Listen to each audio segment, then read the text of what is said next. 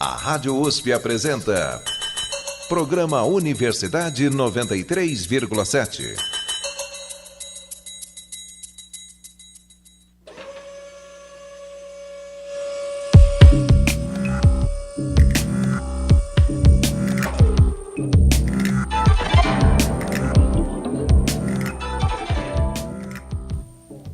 Olá, ouvintes da Rádio USP, bom dia. Meu nome é Gabriela Sarmento, sou estudante de jornalismo da ECA e apresento este programa junto com o Jefferson Gonçalves. Bom dia, ouvintes da Rádio USP, eu sou o Jefferson Gonçalves.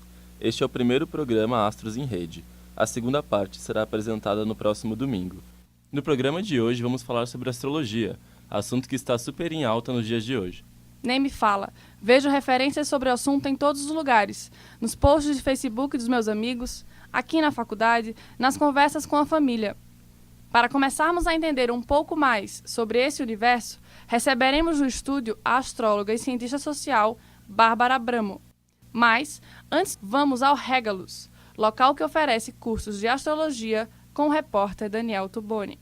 Olá, Gabriela. Olá, Jefferson. A gente veio aqui na escola Régalos de Astrologia para conhecer um pouco mais sobre esse mundo, que tanta gente fala, mas pouca gente conhece a fundo. E para isso a gente conversou com a Carla Ruiz, que andou estudando aqui na escola Régalos, mas também tem um espaço que chama Espaço Alana, em que tem aulas de astrologia, ela dá aula lá também. E ela explicou pra gente um pouquinho do que ela enxerga como astrologia. A astrologia ela é a leitura do céu num determinado momento, né, num determinado evento. E também tem toda a questão preditiva, né, que eu considero muito importante. Então, a leitura de um mapa natal é a leitura do céu naquele evento do nascimento da pessoa. E aí, os trânsitos e todas as técnicas de previsões você vai usar para prever eventos também na vida daquela pessoa. Astrologia mundial, a mesma coisa, né? Você vai ter um mapa de um lugar, de um país, enfim. E aí também, através da previsão, você vê eventos que vão acontecer naquele lugar. Então, eu acho que a astrologia ela tem uma posição preventiva até, né? Não que a coisa não vá acontecer, mas pelo menos você vai saber lidar melhor com ela, acolher, aceitar, né? Quem conversou com a gente também foi o professor Henrique, aqui da Escola Régalos. E ele disse que o cálculo, que é possível ser feito por sites, softwares e programas em geral, já não é tão importante o cálculo em si. Mas o mais importante é a interpretação que se faz com esses dados. Cálculo é uma bobagem. O importante do mapa, tá, é cálculo. Você tem programinha, você tem um software, calcula. O importante é você extrair informação daquilo.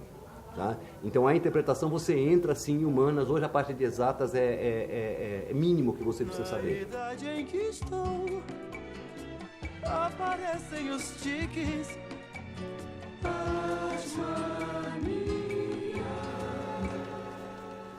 Assim como qualquer área, a astrologia também tem outras vertentes. As mais importantes são a astrologia clássica e a astrologia moderna. A Carla tem formação em astrologia moderna, mas depois de conhecer a clássica, inclusive ela está tendo aulas aqui na Escola Régalos de astrologia clássica, ela mudou de opinião e contou pra gente por que ela tomou essa decisão. Quando eu comecei a ver que era possível de prever eventos mais concretos, né, fatos, aí eu fui para essa área, me apaixonei e não saí mais.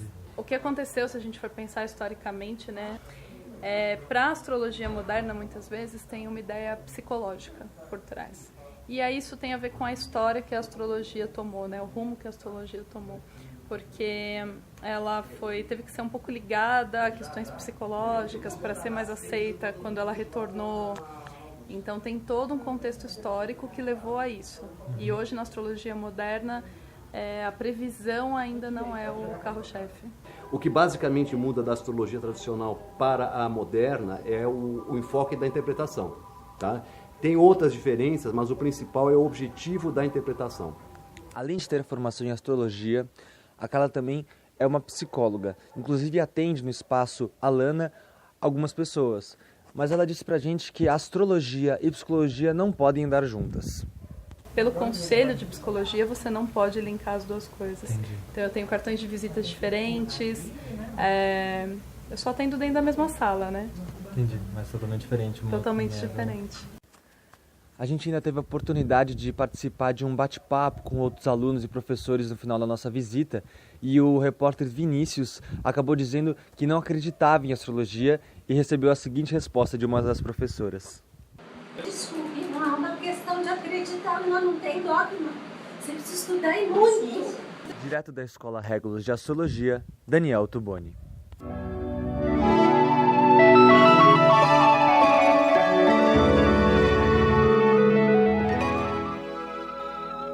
O assunto é realmente curioso e já deu para perceber que vai render muito, não é mesmo? Para falar um pouco mais sobre astrologia, temos o prazer de receber aqui no estúdio a astróloga Bárbara Abramo. Bom dia, Bárbara. Bom dia. A Bárbara é formada em Ciências Sociais aqui pela USP e é responsável por escrever as previsões diárias para cada signo no UOL. Além disso, ela trabalhou por 16 anos na Folha de São Paulo. A política também é muito presente na vida da nossa convidada, tanto que Bárbara escreveu 2 livros que misturam astrologia e política, chamados No Céu da Pátria nesse instante, Uma Análise Astropolítica do Brasil e O Governo Lula e os Astros.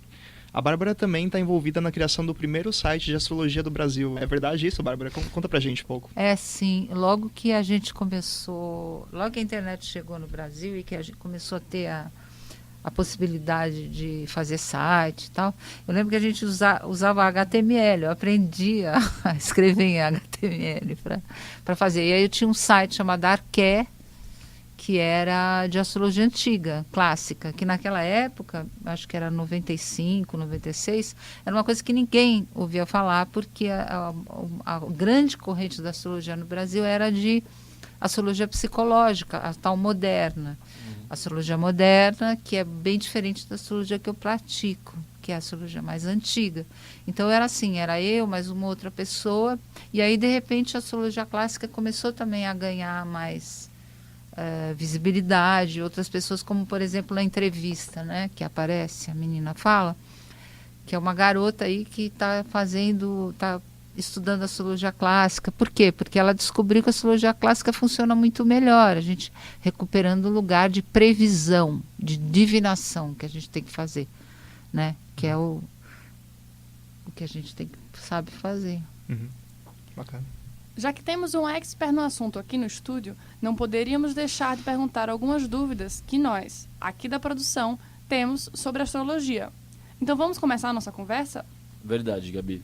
Então, para começar, de fato no começo, né? Como que você se interessou por astrologia, Bárbara? Olha, faz muito tempo, eu era bem jovem, eu estava na faculdade, eu fiquei grávida, eu tive que fazer um repouso, né? E aí eu li, estudava, eu lembro que na época eu tinha acabado de ler as obras do Presidente Mao, todas as obras em francês do Presidente Mao. E aí uma amiga me deu um livrinho de astrologia francesa, e eu comecei a ler, achei muito interessante e fui estudar por conta própria, assim, e aprender a fazer mapa. A gente tem que eu fazia mapa, não existia programa, né? Então a gente tinha que saber fazer o cálculo. Eu sou da época que a gente da geração que sabe fazer mapa tudo à mão ali. Na mão. Cálculo é uma coisa bem importante, né? O aspecto matemático. Exatidão, né? É bem importante porque tem questões teóricas envolvidas nisso. Sim. E todos esses estudos aconteceram junto com os seus estudos da graduação, na faculdade mesmo? Eu estava no meio já das ciências sociais, né? Então eu terminei, eu sempre tive um interesse assim. Só comecei a trabalhar só com astrologia no ano 2000. Até o ano 2000 eu tinha 2, né? Trabalhei, sei lá, na área de cultura há muito tempo. Uhum. Já que você falou que seguiu nessa carreira, a próxima pergunta é exatamente sobre isso. Do que foi o grande impulsor para você seguir nessa carreira de astrologia?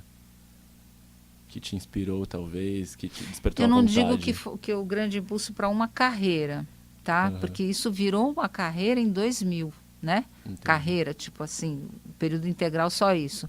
Mas até então era um conhecimento, era um estudo, era uma coisa que, quanto mais eu estudava, eu comprovava, porque existe uma coisa muito interessante na astrologia, que eu passei anos tentando entender por que funcionava. E depois eu mudei de posição. Eu acho que funciona, e quem não acredita, entre aspas, embora não seja a melhor maneira de falar da astrologia, porque a astrologia não é uma religião para você acreditar ou não, ela é uma linguagem que tem uma hermenêutica, tá? Então você tem que encontrar o sentido, os elementos, os significantes ali. Você tem uma oração, uma frase, que é o planeta no signo, em aspecto com outro planeta. Você lê a frase, a oração, e você tem um significado, e esse significado se comprova. Né? Por que ele se comprova? Não sei. Eu sei que a gente trabalha em cima de conhecimento que foi acumulado há 2.500 anos, 3.000 anos. Então, é porque é um conhecimento empírico. Toda vez que Marte está em conjunção com a Lua, morre um chefe, não sei o que, aí morre. Agora, por quê? Porque tem registro, né? Desde a Babilônia, então é muito antigo, então é isso. Bacana. Vimos que a astrologia sempre esteve presente no cotidiano das pessoas, desde a época de Napoleão, como você estava falando. Nesse sentido, você poderia contar mais para a gente como esse saber era difundido antigamente e quais foram as alterações que a astrologia sofreu ao longo dos anos, se houverem alterações? Então, eu vou fazer uma pequena correção aí na tua pergunta. A astrologia ela é conhecida há muito mais tempo do que na época do Napoleão. 1. 2. Você tem astrologias desde o momento em que você tem um agrupamento humano sedentário, que precisa conhecer as estações para poder saber a hora que planta e a hora que colhe. Então, a observação do céu, ela vem junto com a ocupação do espaço e quando o homem fica sedentário. Bom, então, só isso já leva lá para trás. Então, você tem, em determinadas comunidades, você tem a astrologia chinesa, indiana, a maia, parará, tudo diferente da astrologia tropical ocidental que a gente trabalha hoje, com quem a gente lida hoje. Mas, outra coisa, então, é anterior a Napoleão. Segundo, ela estava ligada com os ciclos da natureza. A astrologia é ligada ao ciclo da natureza, é uma linguagem da natureza. Terceiro, ela era usada com fins ritualísticos ligados à sociedade agrária. Quarto, é só os reis e os governantes que tinham acesso a um conhecimento um pouquinho mais elaborado dos registros dos fenômenos celestes. Então, um eclipse tinha a ver com alguma coisa que ia acontecer com um governante, um rei. O povo não contava. Essa história de mapa astral para povo, para nós, vem no século XVIII, antes, no Ocidente. No Oriente é outra história. Na Índia é outra história, tá? Uhum. Na Índia até hoje vocês sabem disso, né? Tem um astrólogo do bairro, a criança nasce, o astrólogo vê com quem ela vai casar, que combina mais, porque o casamento não é feito por amor, é por outras razões. Uhum. Tá? Então, aqui no Ocidente, você tem, a partir do século XVIII, você tem com o iluminismo, você tem a astrologia chutada. O último curso universitário de astrologia foi ministrado na Espanha e encerrou em 1777. A astrologia era ensinada na universidade, fazia parte da formação do homem culto. A astrologia era ligada com a astronomia, com uma das artes liberais, tá? Aí você tem a evolução dos métodos, das técnicas e dos conteúdos que você vai lidar. Como eu estava falando antes, você pega um tratado de astrologia do século II, você tem lá como descobrir para onde foi o escravo fugido. Ok? Você tem na astrologia de uso político, que era o primeiro uso da astrologia. O primeiro uso da astrologia política, ela não é individual, não existe isso. Só existe mapa astral de rei e governante, o povo não tem mapa astral, o povo não existe. E nem tá? sabe, né? O povo não existe, então não tem mapa astral, tá? O povo é a lua, as massas, a lua. O sol é o... Né? Então, isso que é interessante. Isso é uma coisa que, quando você perguntou por que eu fiquei, né, tão ligado, como a astrologia é uma linguagem que ela vai incorporando as grandes questões e a forma do ser humano, daquela comunidade, se traduzir, se enxergar. Por exemplo, quer ver? A ideia de que o mapa astral do presidente da República, ele define tudo. Não é, porque, por exemplo, no Brasil a gente vive uma democracia de coalizão, tá? Então é a capacidade do governante e dos seus assessores de fazer uma aliança fluida e flexível e eficiente com os outros partidos que garante. Então você não vai olhar só o meio-céu, você vai olhar a Casa 11 também. Quer dizer, o que eu quero dizer é o seguinte: as coisas mudam, você não vai falar mais do escravo, mas trabalho continua sendo a Casa 6 de um mapa. É o seguinte, é que a astrologia é legal, ela é interessante, ela é instigante, e me instigou porque, primeiro, ela responde às questões do tempo. É uma maneira de você entender como é que a comunidade se pensa e como que ela trata das suas grandes questões. Então você tem, nos anos 80, no boom da astrologia, que os americanos resolveram fazer a astrologia florescer, ela entrou no Brasil com uma força muito grande. Você tinha astrólogos que diziam que pelo mapa astral você sabia dizer se a pessoa era homossexual ou não era. E que a homossexualidade era uma doença. Aí depois você pega nos anos 90, no final dos anos 90, você pega um veículo de mídia que pede para um astrólogo fazer um horóscopo para gays. Depois você pega, corta a cena, você pega um congresso de astrologia no ano de 2015, onde há um abaixo-assinado em que os astrólogos falam, a gente decidiu oficialmente que não tem essa história de Marte e Vênus, e as relações de Vênus com Urano determinam se a pessoa é homossexual ou não, que a gente vai usar outra linguagem. Então, você vê como vai incorporando, né? Hoje em dia, você quando lê um mapa de uma pessoa, você não... Se ela é homem ou mulher, qual é o gênero, qual é a orientação sexual dela, você não pode dizer que só aparece no mapa. Mas há 20 anos atrás tinha astrólogos que escreviam um livro sobre isso. Agora, vamos continuar falando sobre o passado, só que dessa vez um passado bem mais recente. Muita gente falou mal do ano de 2016. E, além do mais, ele foi marcado por uma série de términos e mudanças. Bárbara, há alguma explicação para isso nos astros?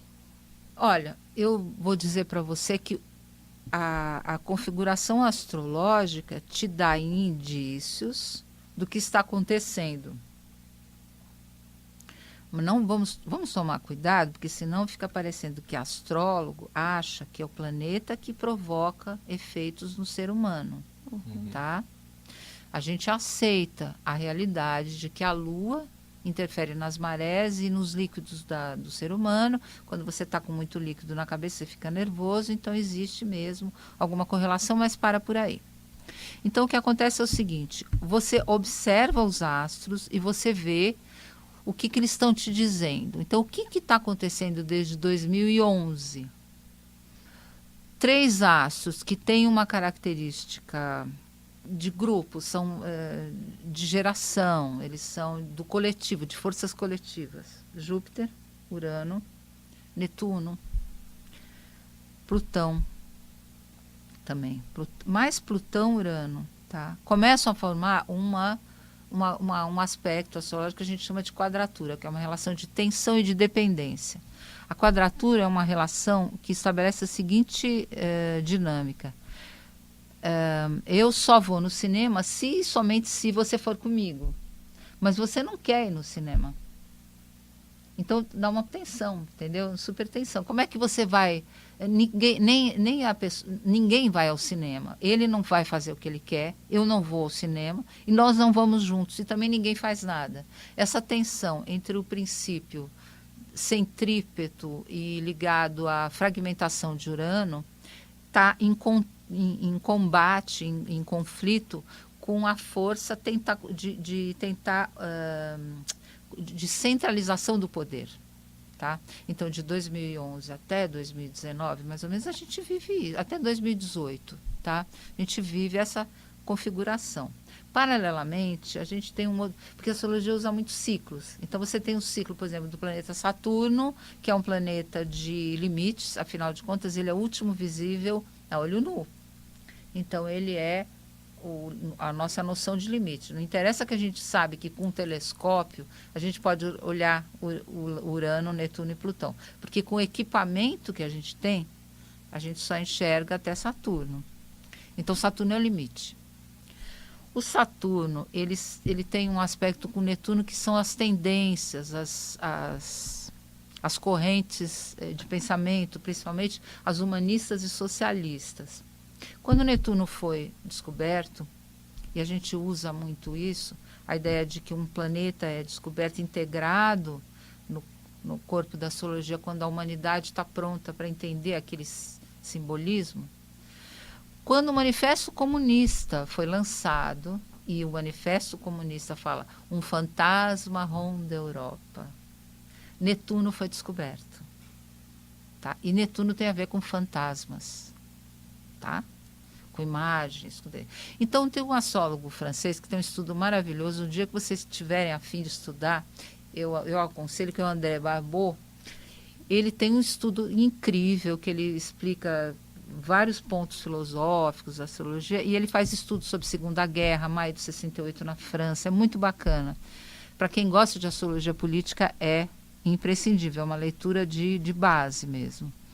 E ele estabelece, ele defende a ideia, da qual eu compartilho porque ele me convenceu, e eu comecei a ver que funciona, que o ciclo das ideias humanistas e socialistas está ligado ao ciclo Saturno-Netuno, e que toda vez que eles entram em quadratura, como aconteceu ano passado e esse ano, existe um desencanto e uma destruição da força das ideias socialistas.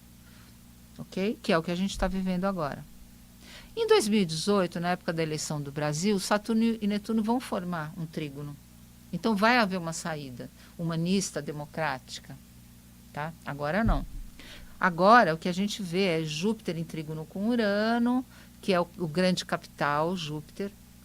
Isso numa leitura da política, porque em outros níveis você aplica, né? Júpiter é o fígado também, depende do que você está. Você tem o Júpiter e Urano, que é Urano a tecnologia e Júpiter o grande capital. Então, a gente vai ter um avanço enorme do grande capital investindo em tecnologia para uso social, porque, afinal de contas, Urano é um planeta social, tá? Então, você tem aí uma situação... Você deu para você entender? O que acontece em 2016 é isso. É um momento de, vamos dizer assim, de confronto das ideias socialistas. Então, você tem todo um movimento de conservadorismo, de nazismo, de extrema-direita no mundo inteiro, no Brasil também. Você tem Aí tem o processo brasileiro, né? Que tem toda uma característica particular, que você pega alguns mapas, que depois, se vocês quiserem, eu falo, e que você vê aí uma situação que é a seguinte: você tem Netuno, que é o planeta da ilusão, os fantasmas, fazendo oposição com o Sol do mapa da independência.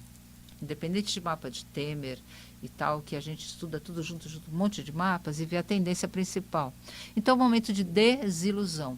Iludiu-se, as pessoas foram iludidas e elas foram desiludidas. E é um processo que vai até 2020, junto com epidemias, porque Netuno também governa as epidemias. Ficamos por aqui, pessoal. Você ouviu o primeiro programa Astros em Rede. Este arquivo já está disponível no site usp.br/cje/radiojornalismo. A continuação, você ouve na semana que vem. Este programa contou com uma equipe formada por alunos de jornalismo da ECA USP. Jefferson Gonçalves foi coordenador e locutor, Marcos Nona, produtor, Júlia Moura, Daniel Tuboni e Vinícius Almeida, repórteres, Paula Thieme, roteirista, e eu, Gabriela, fui roteirista e locutora. As músicas que você escutou neste programa foram utilizadas somente para fins didáticos. Obrigado, Bárbara, por ter aceitado o nosso convite, e obrigado você de casa que nos escutou. Até o próximo domingo. A Rádio USP apresentou Programa Universidade 93,7.